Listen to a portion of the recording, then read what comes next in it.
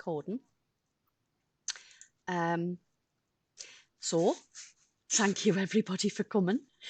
Last session we covered shader graph, and then we discovered that it's currently not working for Quest 3, only on desktop. So today we're going to cover Shader Forge, which Aline reminded me about, and then she posted a link in Discord as well. So it's free, it's on GitHub, the link is all there. Have a look at it, download it, give it a go. If you haven't got Amplify Shader Editor, it works very, very much like that, but it's free. And we're going to cover that, but we're also going to cover the edgeway thing that I said we were going to do in more detail as well, and we'll combine the two. So we'll make some edgeway. I'm not going to go into the whole node setup to do the edgeway, but I'll show you the YouTube tutorial that I just followed and did it, and it just works. But I'll then show you how to make your own textures. Excuse me, would you mind not doing that, please, Aaron? I'm trying to do a class here. You're being very disruptive. Thank you.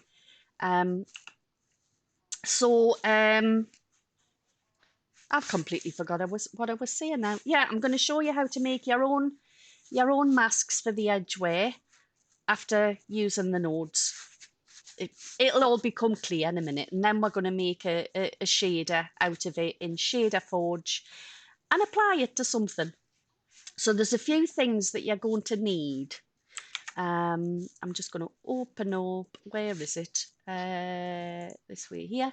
This is the tutorial I followed. I'll put the link in Discord. I'll put the links for everything I'm using in Discord anyway, so you can see. I literally just followed this. It was so easy. The right way to do edgeway in cycles by Christopher Fraser. And once I'd followed it, because there's no way I could have worked this out for myself, because I don't even fully understand what a dot product is. I've tried looking it up and it's like fluent Swahili to me. So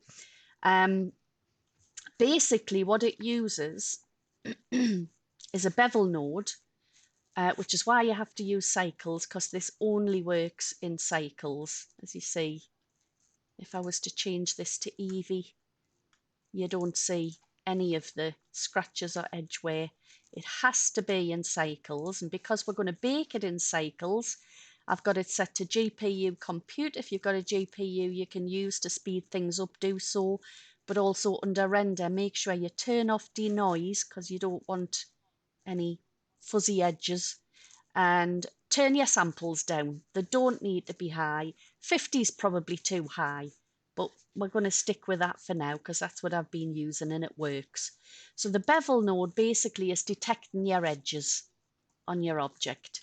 It's combining it then with the normal data, geometry data, into this magical, mysterious dot product, which is then clamped and remapped to create a mask. And then I'm plugging that mask directly into the metallic and the roughness to give us this edge. And I'm just using a colour ramp to give it a bit of colour on the bits that aren't metallic or rough. And then when we go back a little bit, I'm then multiplying a surface imperfections image that I got this from Polygon as one of their free ones. But if you do a Google search for surface imperfections, have I already searched for it? No, I haven't. Just surface imperfections. Look, it's already taken us to Polygon. But surface imperfections, images, and you'll get a load of things that you can use. And these are great. These fingerprint ones are fab for putting onto glass, making them look smudgy and stuff. But just download something that you like the look of, or you can create your own. As I say, I used this one, free one from Polygon, Scratches Light. And as I say, I just plugged it in here. I added a multiply node so that I could then adjust. Let's just move this down a bit so you can see it a bit better and get rid of that. you can adjust with the multiply node how much of your surface is going to have those scratches. And over here, I've just got a basic image set up. So you use a mapping node with your texture coordinates and the UV info plugged in. And then under scale, it's just, you can see location, rotation, scale, you've got X, Y, and Z. So rather than having to adjust all of these, I've just plugged in a value. And then I can adjust this to the scale of the scratches, the images. Just remember, if you go too high, you're going to start getting some obvious pattern repeats, like you do with huge surfaces when you have grass and stuff and you can obviously see a pattern. So just try and keep it nice and low if you can. I've been working at about 2 or 3 for these examples. And then, as I say, just adjust how much you want affected by the scratches. So that's the basic setup, but how do we get this into Unity, you may be asking? And I've finally figured out what we're going to do is use a plugin. Oh, I'm standing, hang on a sec, I'm just standing on the wire for me headphones, which isn't good. There we go. So on GitHub, there is, I've mentioned this before a couple of weeks, but we didn't really go into detail with it. There's a really cool plugin for Blender 4.2 and up, which I'd highly recommend, by a guy called Leukbaars, and it's called DreamUV. And you literally just download the zip file, install it into Blender as you would anything else, just with edit, preferences, go into add-ons and install from disk. And you just find that zip file that you had. And once it's installed, you will get, I've got way too many plugins. Look at this, I have to scroll down. You will get a tab called DreamUV here. And in order to use DreamUV, you need to bring in an image. And the image, it comes with an example image. When you get the plugin, it's all zipped up with it. So just unzip it to get that image out. I'm trying to think where it is. Did I put it in me test thing? Possibly. Yeah, there it is. We'll just create a quick material for this plane I've created. And we'll bring in this image and just plug it in. And you'll see that's it there. So all I've done here, I'll show you what I've done here in a moment to create the mask. But we want it to look like this or something similar. Any kind of atlas should work, but this is a good way to work. I've just been using the same layout because it's really good. And all you need to do is split up your plane so that it's on the same edges, you know, where the edgeway is. And we'll go into edit mode. Thankfully, the guy who's made this has done it a very, very easy way. It's just a case of splitting it up 6 times and it will automatically go in the center, which is on where he happens to have put his edgeway. So just split it up 6 times like this. It'll become clearer a little bit later if it's confusing.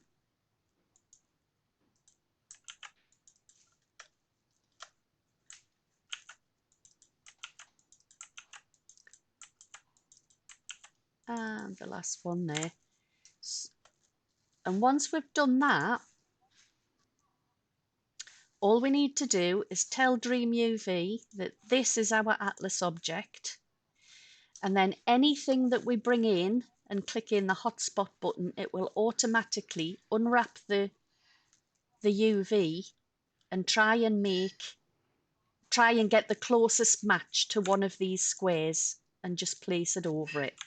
So if we bring in a cube, because we always start with a cube, and we'll give it the same material as this, which is material 1. And then hit the hotspot button, and you can see we've instantly got edge wear. It's using a material that we can recreate easily in Unity, and this is ready to be exported. The only problem that you might have is that you can see we've now, because it's a cube with, you know, symmetric, like perfectly identical sides, identical measurements, it's put every single face on this one square here, which means that you can't bake your lighting because you're going to have overlapping UVs. So you can either generate your UVs automatically in Unity, or do what I do and just create a second light map channel.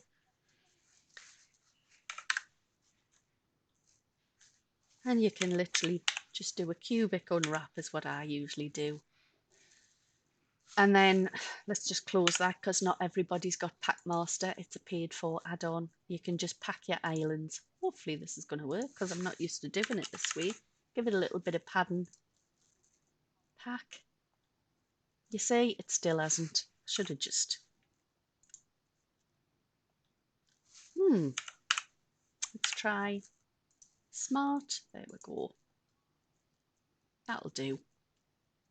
Give it a little bit more padding than that, I think.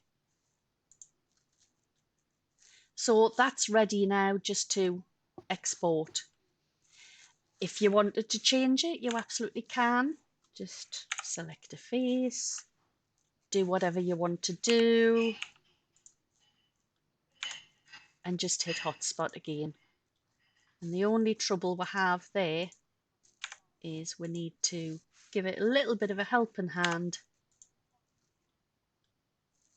Of course, what I've done is the wrong one, haven't I? This is the one I should have hotspotted. There we go. Give it a little bit of a helping hand so that it works it out correctly. I usually, these corners here, just mark them as a seam.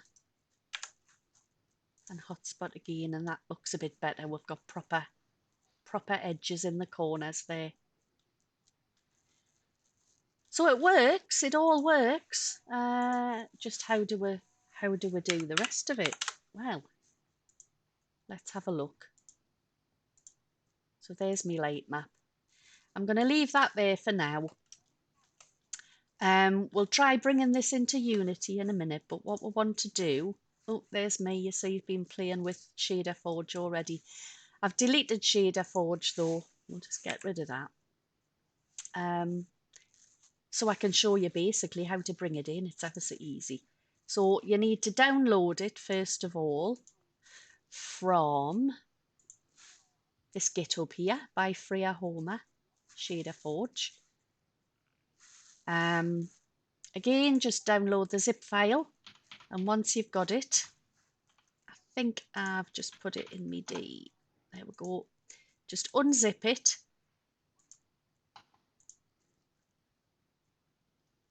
I'll just close that for now. Shader Forge works in Banter?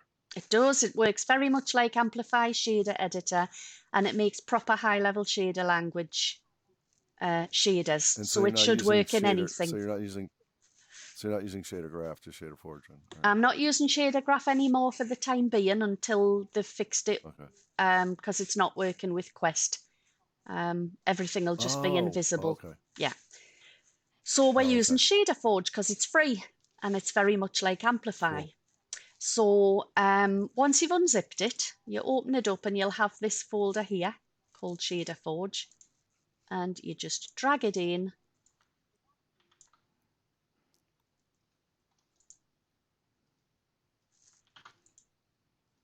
Drag it into Unity and you've got your folder there. You should then, once it's finished doing what it needs to do, you'll then have a new menu item up here called Tools. And you click on Shader Forge, New Shader, and choose what you want to do. I'm just going to do a lit PBR shader and we'll call it Edgeware. And you get a basic PBR setup already there for you, which you can just use as it is if you wish. But we're going to change it because we're going to use this Edgeware. So we'll go back into Blender and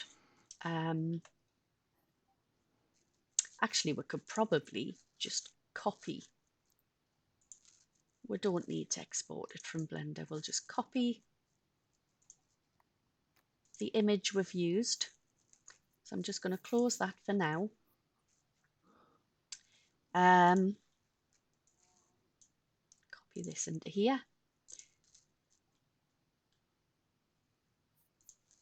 Open this again in Shader Forge and have a look and see what we want to do with it. So this is where, this is the node, the same as the Texture 2D node that you have in Shader Graph and Amplify. This is where we're going to plug in the image.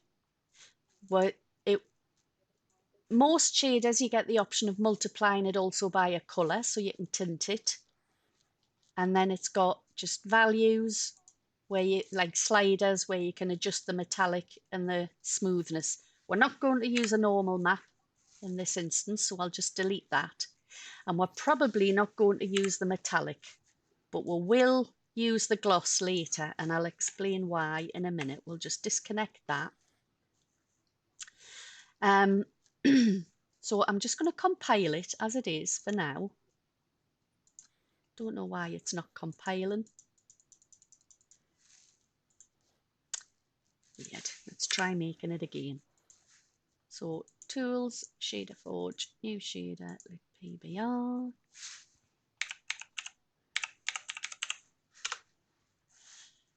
Compile. There we go. It's probably because I closed it before I made a material out of it. We'll just create a material first of all, which I'm going to call, well, we're going to give it a colour at some point, so I'll call it Blue Edgeware. And I'll bring in something to test it on while we're building it. So we'll just drag the material onto there. Open in Shader Forge. And then, actually, let's just stick in that image first of all. You can see it's working. We don't want that tint for now. We'll make it white. So we've got that far. We don't want the normal map. And we don't want metallic. And we'll disconnect that for now. See, I wonder if that's why it won't compile, because this gloss isn't connected up to anything. That's just bizarre. Why doesn't it compile? Let's have a look at the console. Using PBL requires metallic specular to be connected. Nice. That's not what I wanted.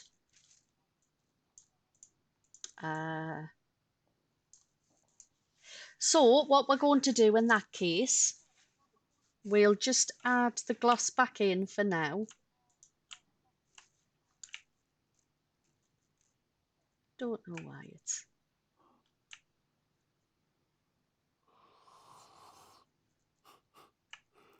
being odd. We need a value. That's what we need, and it needs to be a green value. So to use Shader Forge, the easiest way to find what you're looking for is, for instance, like this is listed as a value. In Amplify and in Shader Graph, it's called a float. But here it's value, the same as it is in Blender.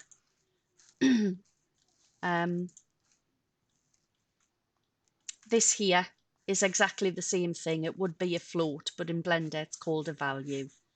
So they've just made things a little bit confusing there, but we're just going to rename it, call it smoothness. And we're just, no, it's not, it's metallic. Lisa, we've already got that. metallic, stick it straight back into there. And is that why it wouldn't compile? Yes, of course it is. So, I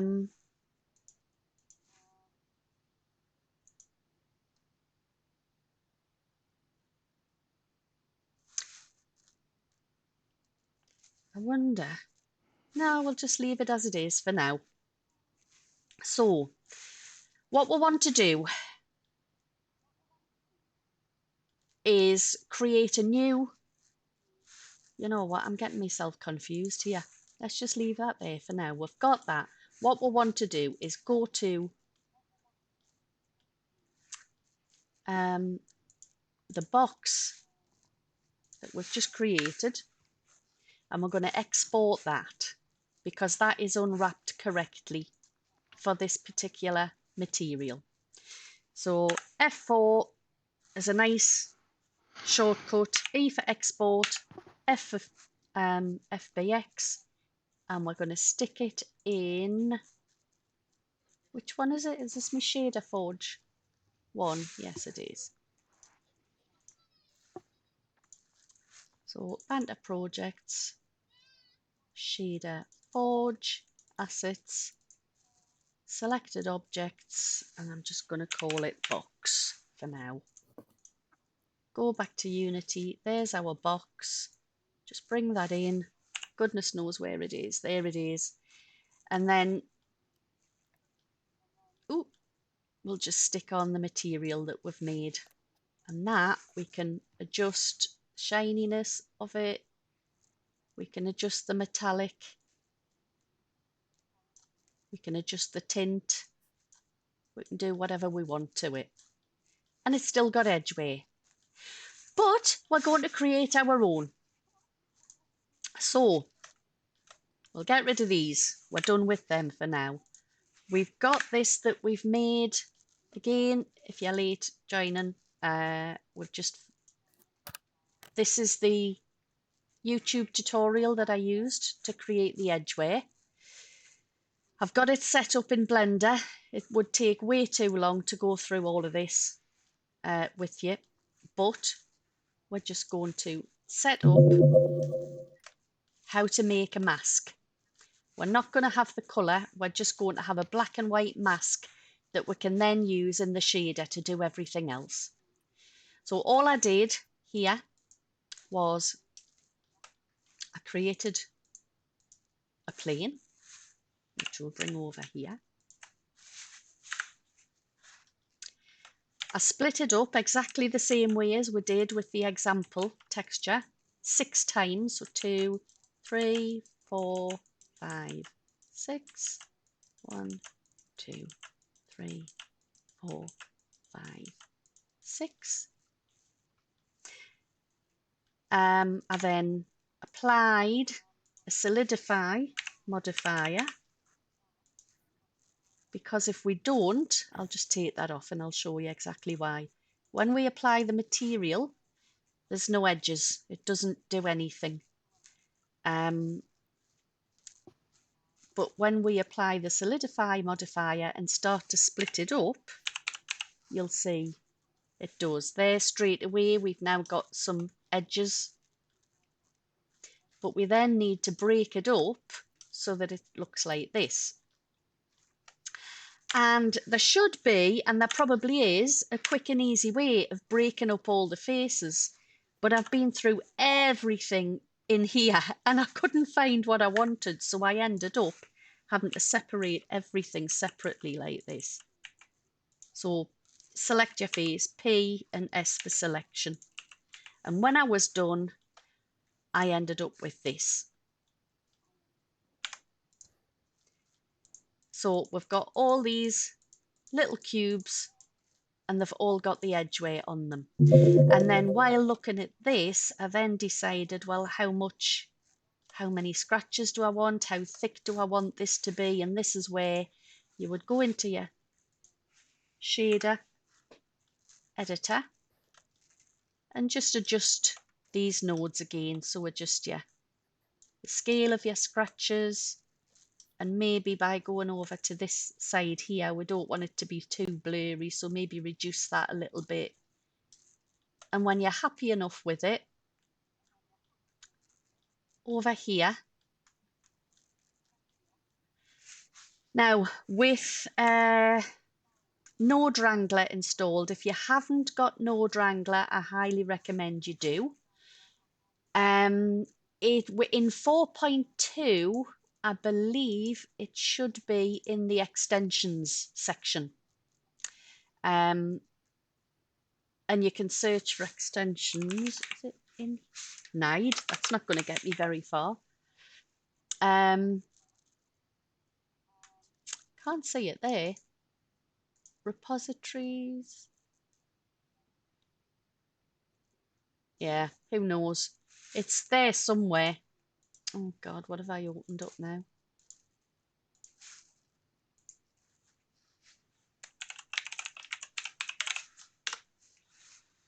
I can't even remember how to get to the extensions on here. Anybody any idea? I'm completely... Is it under download?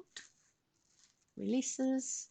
Extensions. There we go. Download extensions. I'm almost certain that Node Wrangler is in here because it was. I bet you any money it's still an add-on. Let's have a look at add-ons.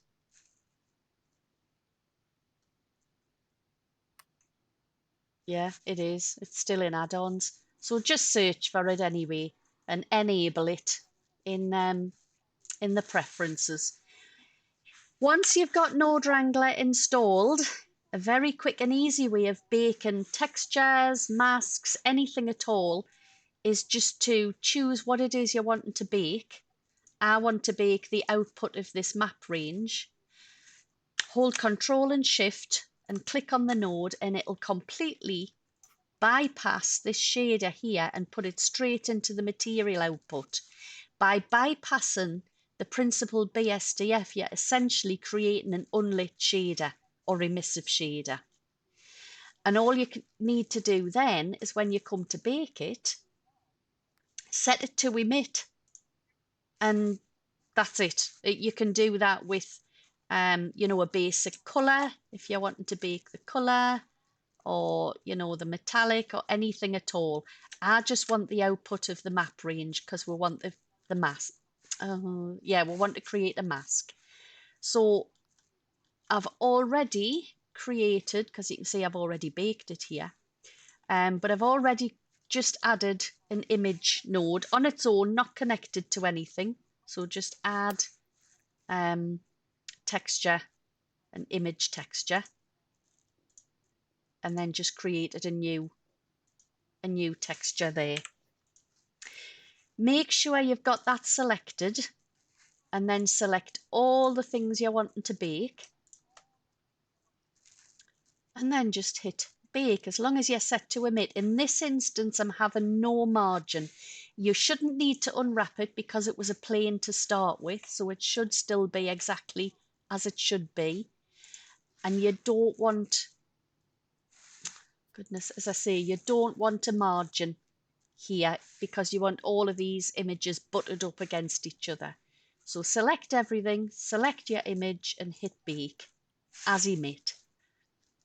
And it shouldn't take very long, but you'll see as it works through, just increase the size of this a little bit. You'll see it's baking each section, each box, and just adding it to the image. And it'll take a little bit. Excuse me, I've just got a message. Let's have a quick look.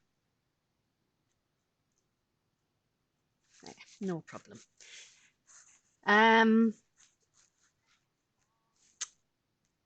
So yeah, I'm going to delete this for now. We don't need it. We'll get back to the cube we created. And I'm just going to start again with these. Delete that. Delete that. We'll just set this back to the default thing because that pink hurts my eyes. Default material. There we go. and we'll just start again with it with a brand new mask. And this should be almost finished.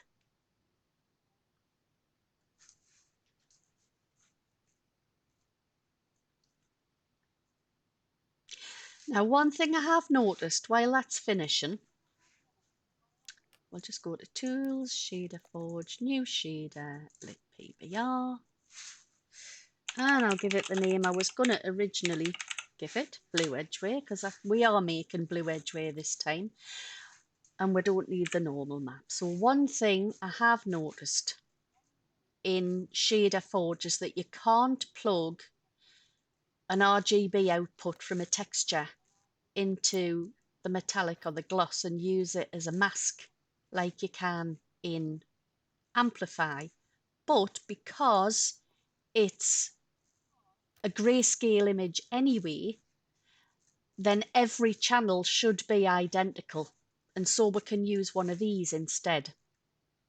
So what I'm going to use is red for metallic and green for gloss, and it'll become clear in a moment. Because it's a black and white image, we're just plugging it into the metallic and the gloss to show it that the white bits will want to be metallic and shiny and the black bits we don't. So we'll compile that and leave it like that for now. Make a material out of it. Blue. Actually, I should have just called the Shader Edgeway.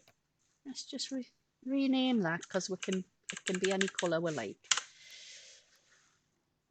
And we'll stick our Blue Edgeway material on there.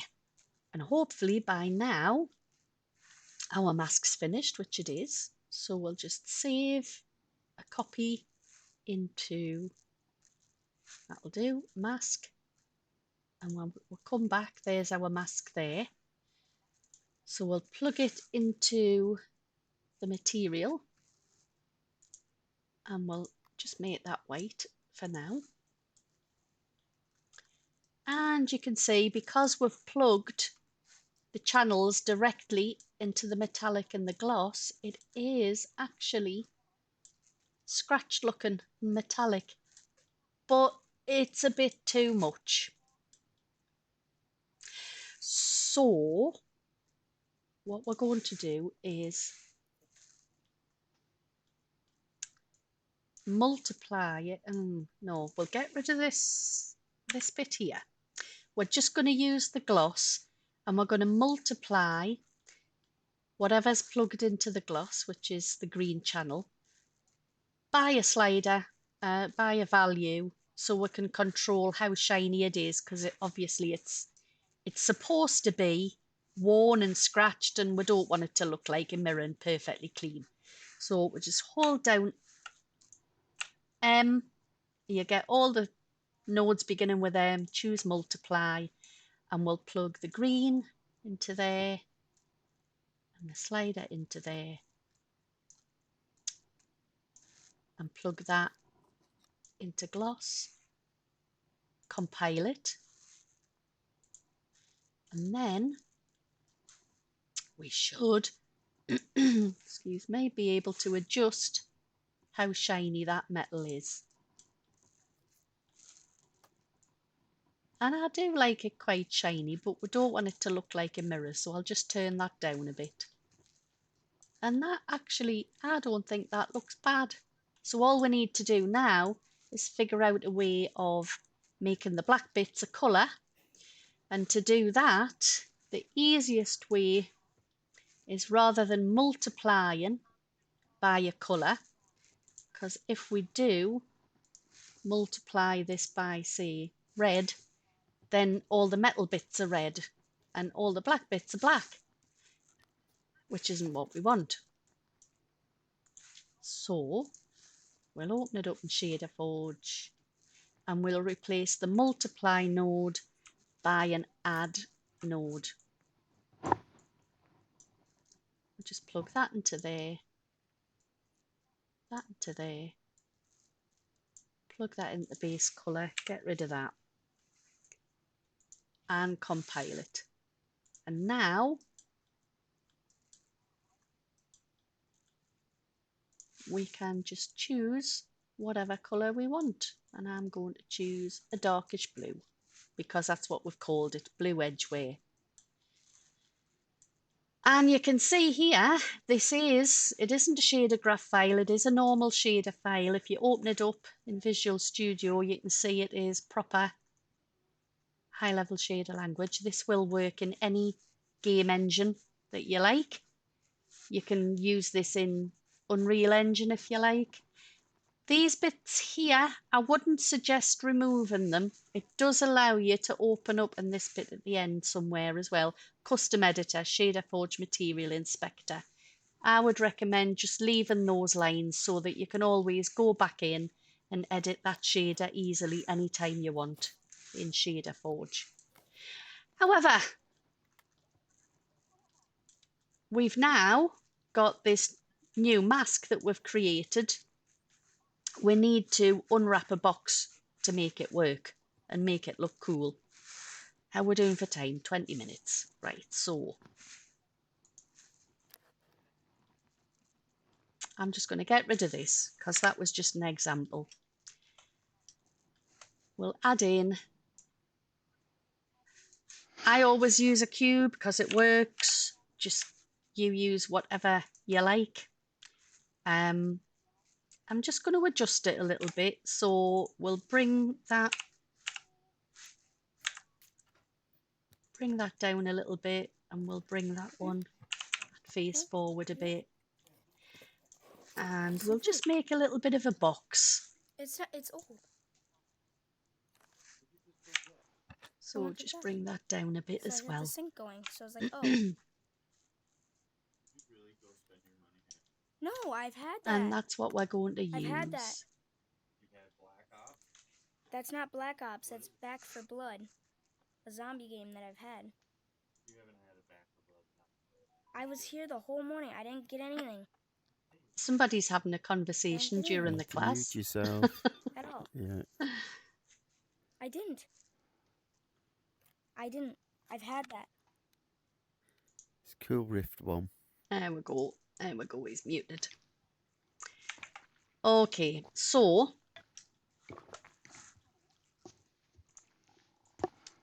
add on. We don't need to add on the material. We could do.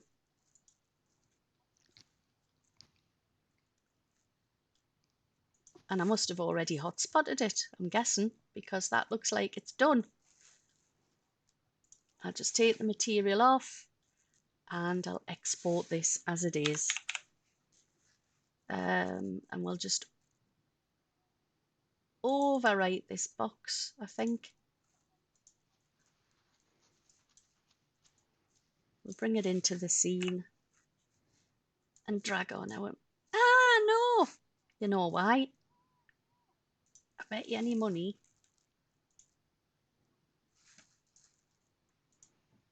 I haven't hotspotted it, but how did the material fit? This is the weird thing.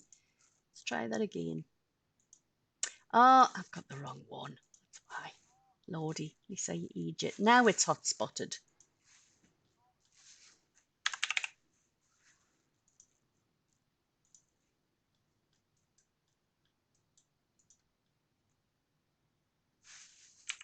Is anybody else totally confused? Yeah. We'll figure it out, don't worry. Probably because that plane doesn't exist anymore. Add a mesh, plane. See, that's what you get for deleting it. Add the material. Add the material on there.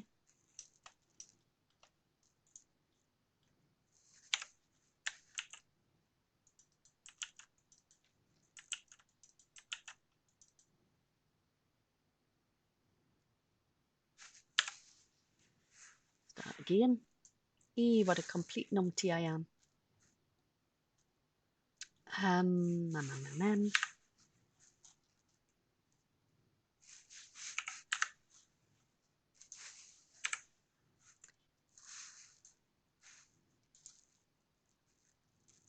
Lordy.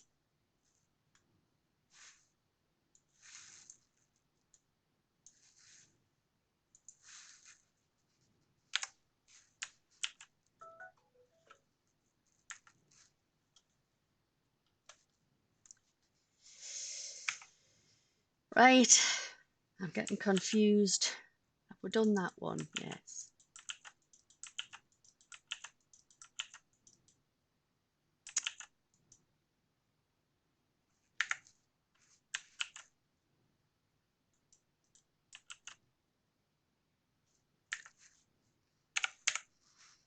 Does that look like it's cut up properly? It does to me. Right. In. Material 2. Hotspot. Okay. Get rid of that.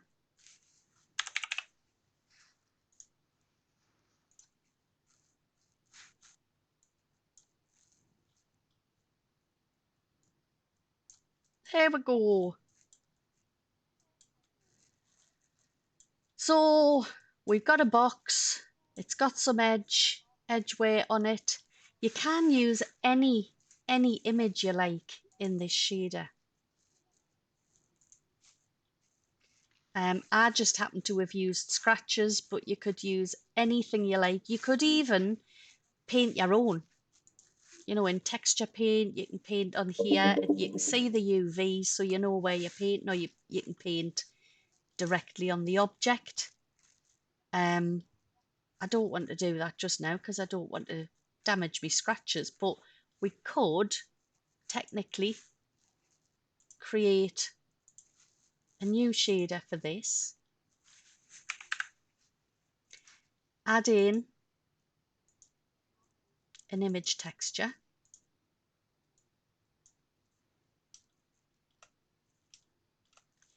Create a new image texture. We'll just leave it as untitled.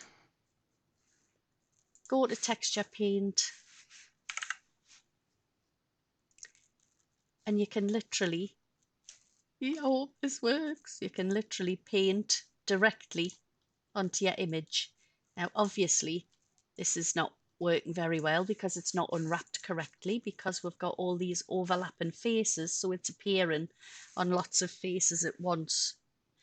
But if we do a cubic unwrap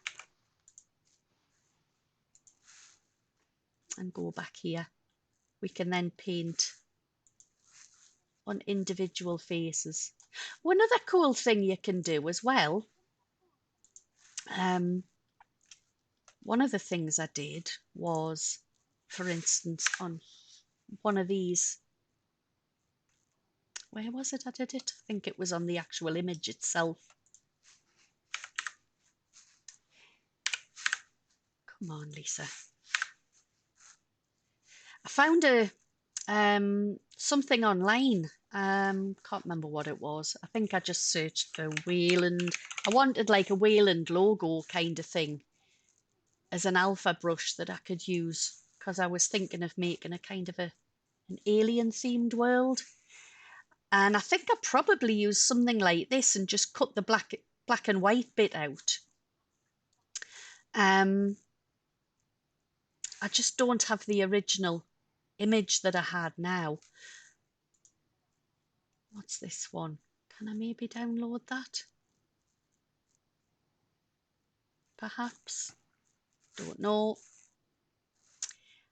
I don't know. Does anybody else have a clue how to use Pinterest? Because it does my head in when I'm trying to find where images are and download them if they're free. But goodness knows. Anyway, I found an image. It could be anything at all, like something like this. You know what? I'm just gonna save that image as, just because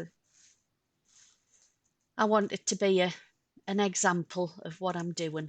We'll just stick it in my test folder. One of the cool things that you can do in Blender, you see, is in the texture paint bit, you can load up a texture, just click on new and then go to the textures bit, open up the texture you've just got. In this case, it's this here.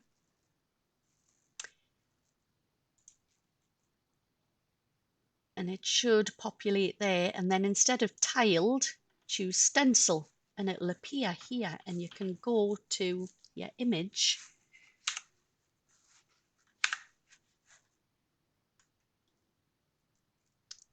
when it decides it's going to play. Nice. This is what we want. No, it's not. This is what we want.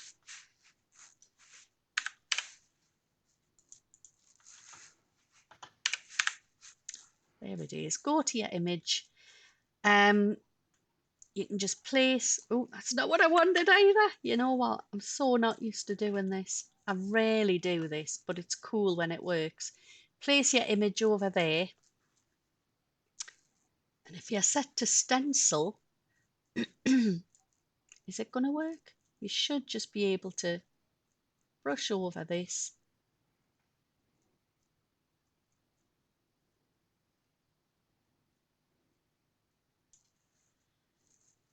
And there you've got it on your image. So now, if I was to give this the same material again, is that?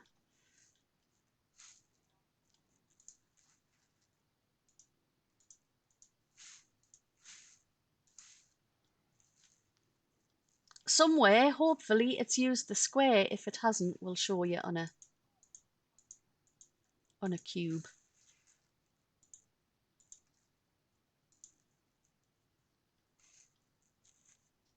And you can very easily put logos on stuff that way as well. One of the things I did was, I think when I was it when I was playing around with shader graph?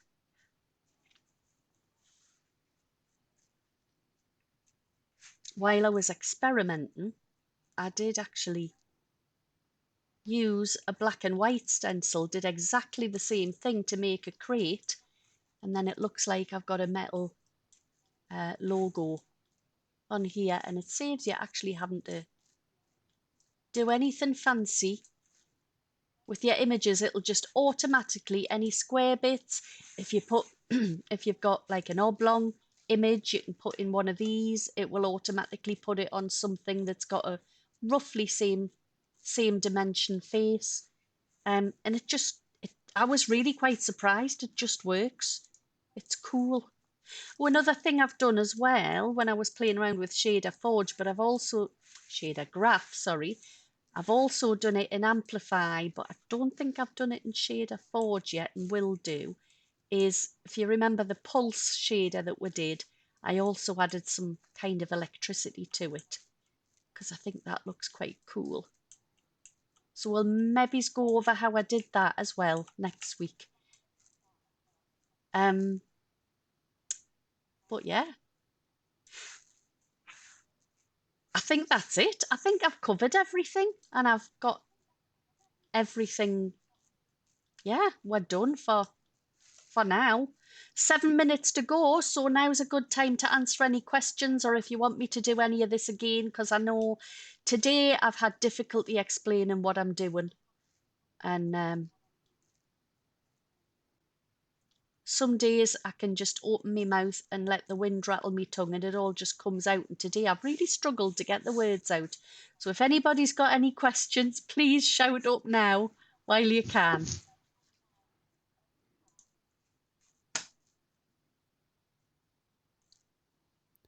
And everyone's silent. So I guess that means I've either bored you stiff, you haven't got a clue what the hell's just gone on and you don't know what to ask, or you're confident and think you can have a go yourself. So I am the second part. Oh, we're afraid, and we'll look at the video. Not the clue. Yeah. Oh, goodness. Right, well, it will be uploaded. That's the nice thing about videos. You can stop and start it and take as long as you like. Yeah. And I knew I had a lot to cover, and I had to try and squeeze it all into an hour. And I was worried because I've tried twice to cover DreamUV, the last 2 sessions, and simply not had time. So hopefully this is going to help If you need any more help, just DM us or whatever, and providing I've got the time and I can get into banter, I'll happily help you out, or even get onto a Discord chat or something if it's just a bit too much to grasp. I know this is meant to be space making for beginners, but I'm trying to. We've covered the very, very basics. I'm happy to go over them again because I know there will be new people coming along here. At the moment, I know nobody's a complete noob. So I was really wanted to give people some cool stuff that they can do in their world to make it really stand out. And once you get the grasp of these, it's not actually that difficult. Even shaders can be a little bit daunting at first, but this add-on that I've just done really isn't that difficult at all. If you just kind of try and understand what each step of the way was, why I did it. Like I say, I'm happy to go over it again though. All you've got to do is shout up. But if nobody's got any questions, I guess I'll just stop the recording and thank everybody for coming along, and hope I haven't bored you silly this week. Thank you, Lisa. You're welcome. Interesting Thank as you. always. Thank you, very Lisa. much. Yes. But Absolutely. you There's a can lot of look things to look at in and the think about. Steam settings about recordings. Mm-hmm.